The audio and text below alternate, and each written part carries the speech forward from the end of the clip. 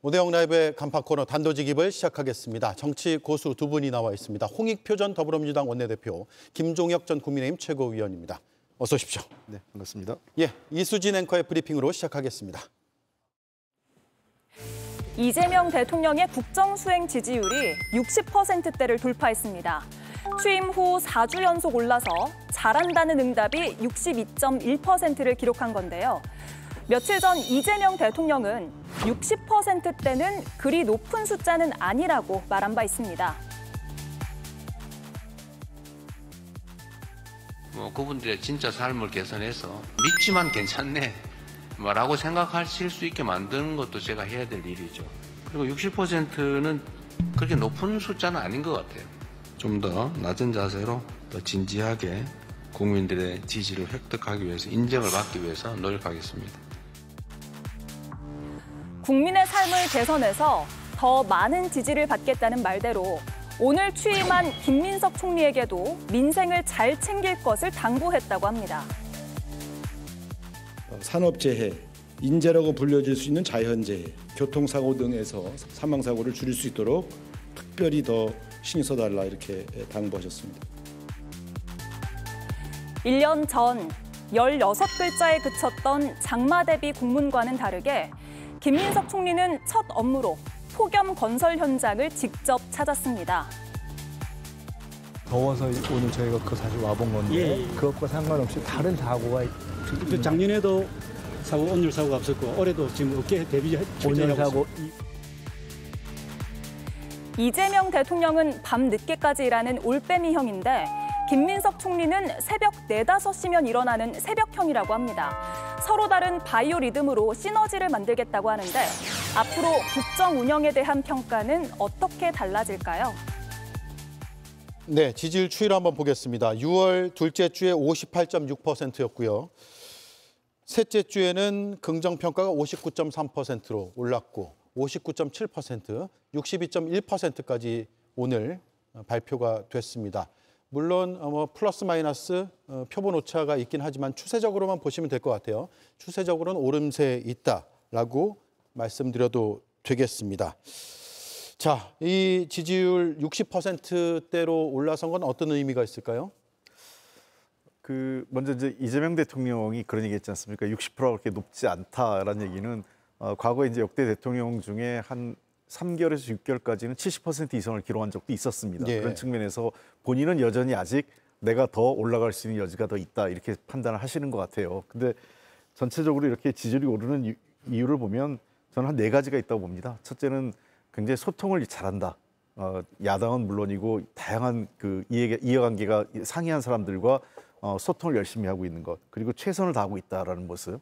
그리고 세 번째는 기대감이 반영돼 있는 것 같습니다. 추경 또는 여러 가지 신속하게 일 처리하는 것 등, 그다음에 최근 주가도 상승하고 이러면서 뭔가 이재명 정부 하에서의 그 기대감이 작용을 하고 있고, 마지막 하나는 아까 이미 방송에서도 부산 지역의 한 의원 얘기도 나왔지만 국민의힘 스스로 무너지는 그에 따른 반사 이익도 저런 지지율에 다 반영된 것 아닌가 생각됩니다. 예, 그렇군요.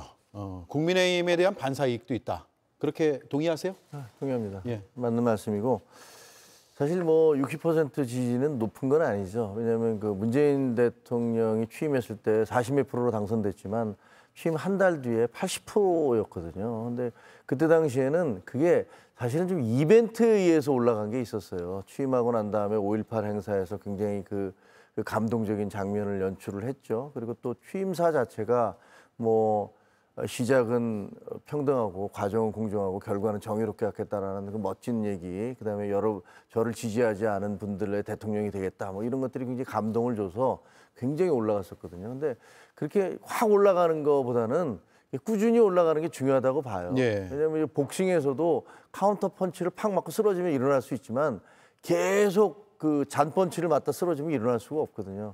그러니까 저게 이재명 대통령으로서는 굉장히 긍정적인 사인인 건 분명하고, 국민의힘으로서는 상당히 경계해야 되고 두려워해야 될 그런 추세인 거는 부인할 수 없는 것 같습니다. 예. 가장 큰 이유는 제가 보기에는 인사인 것 같아요. 인사요? 네, 인사에 있어서 그 사람들이 예상외로 저분 너무 왼쪽에 있는 거 아니야? 그리고 너무 독단적인 거 아니야? 그리고 과거에 뭐 친명 학살하듯이 자기들 그 친문 학살하듯이 학살 공천 말씀하는 겁니다. 자기 마음에 드는 사람들만 다 채우는 거 아니야? 이랬는데 예상 외의 인사들을 하고 있잖아요. 네. 그게 가장 큰 거로 보이고 그거 못지않게 큰 게 국민의힘이 아까 홍 의원님 얘기했듯이 국민의힘이 거기서 지금 죽을 쓰고 있고 하고 있는 것들이 야 이게 뭐 달라진 게 뭐냐 얘네는 뭐 이런 느낌을 주고 있기 때문에 부산에서의 그 지지도가 뭐겠습니까? 그거는 실제로 제가 보기에는 민주당을 지지해서가 아니라 그 국민의힘이 싫은 거예요. 너희들 정말 우리가 찍어줬는데 이렇게까지 놀 거야? 라는 그런 반대 뭐랄까 반발 뭐 이런 예. 것들이 표로 지지율로 나타난 것이라고 생각을 합니다. 예. 자, 상승세는 언제까지 이어질까요? 이 추세를 어떻게 판단하세요?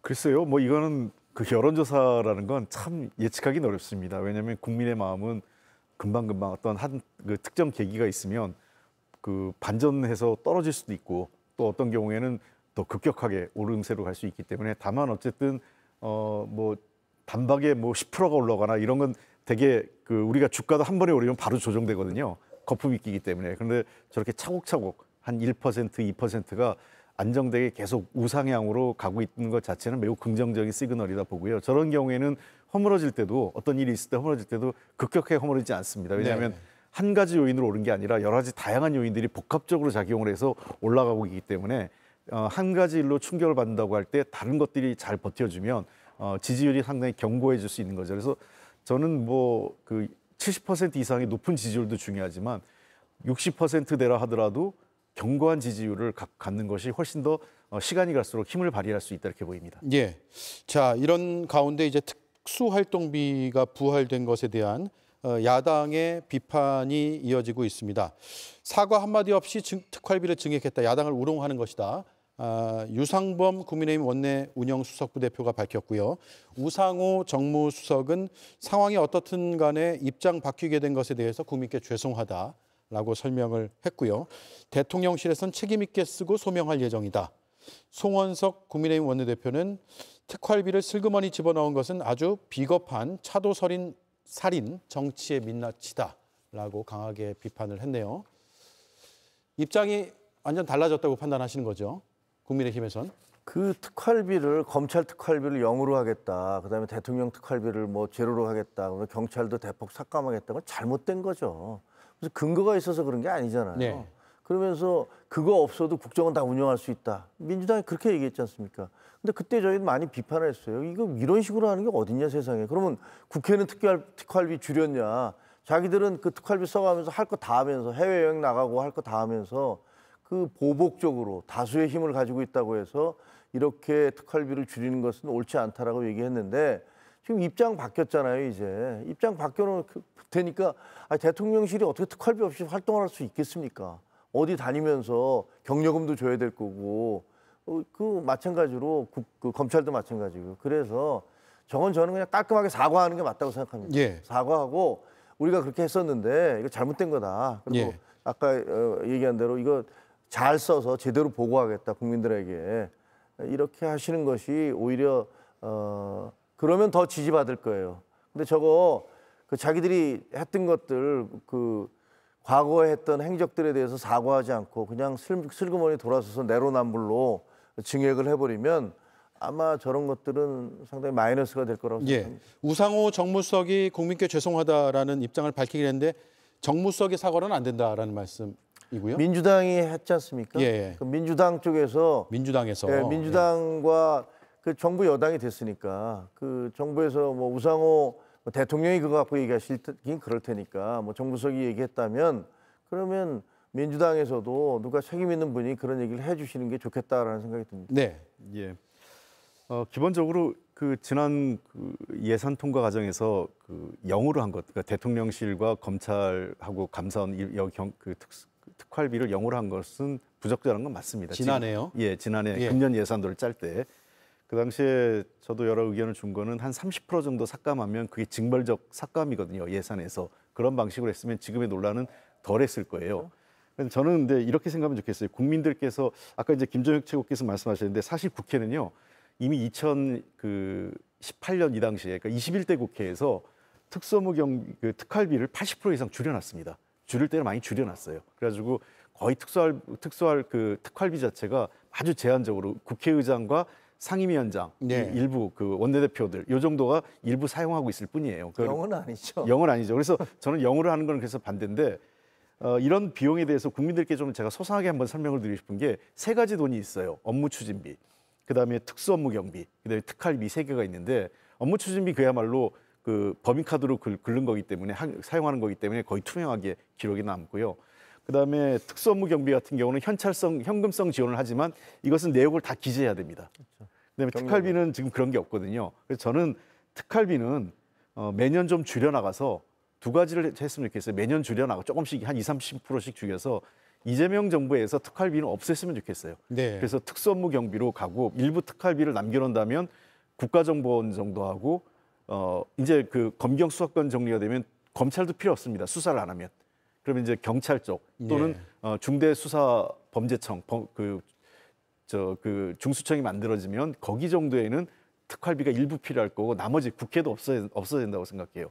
그리고 두 번째 해야 될 것은 이재명 정부가 내로남불 소리를 안 들으려면 민주당과 이재명 정부는 금년도 안에 이 특활비에 대한 제도적 그 개선을 통해서 투명성을 높여야 됩니다. 예. 그래서 국회나 감사원 등 여러 기관에서 이 특활비 사용 내역을 확인할 수 있게 해줘야 됩니다. 근데 지금 증액하겠다는 거 아니에요?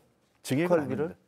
증액은 아니고 그러니까 작년에 썼던 만큼의 일부를 복원하는 거죠. 지금 이번 추경에서요. 복원한다. 예, 다만 올해 편성되는 지난해 이제 의사결정을 했을 때 삭감했던 것은 부활한다. 네, 그런 것이죠. 예, 알겠습니다. 자, 이재명 정부의 첫 국무총리 김민석 총리가 오늘 취임식을 했거든요. 넥타이 색깔을 또 주목할 수밖에 없었습니다. 빨간색 넥타이를 메고 왔습니다.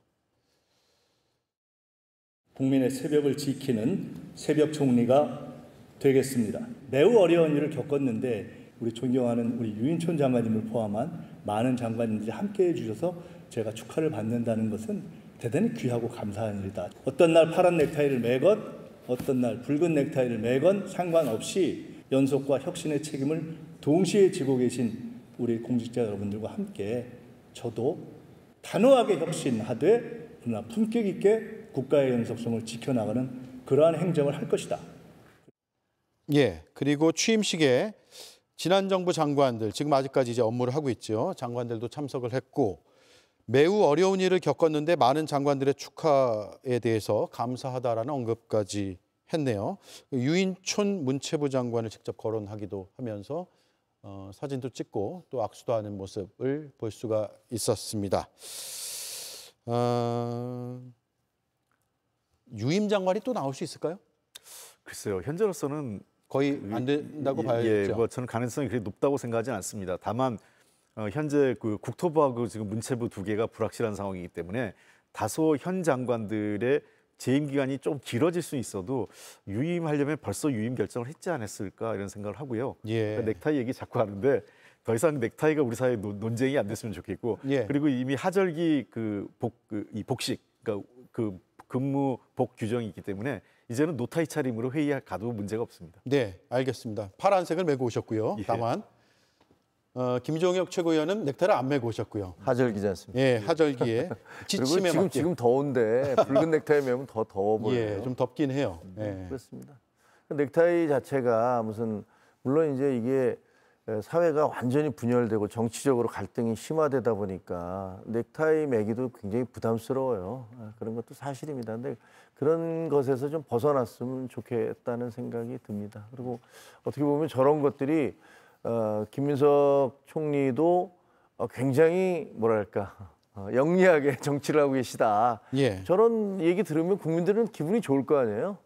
이제 더 이상 그런 거 갖고 따지지 말자 이런 네. 생각이 들 테니까 나름대로는 뭐 대통령도 그렇고 총리도 그렇고 굉장히 그 뭐랄까 그 국민의힘 지지층을 상대로 지지를 얻기 위해서 노력을 하는구나라는 생각이 드네요. 예, 오늘 세종에서 취임식했고 앞으로 일주일간 세종에 머물겠다고 했습니다.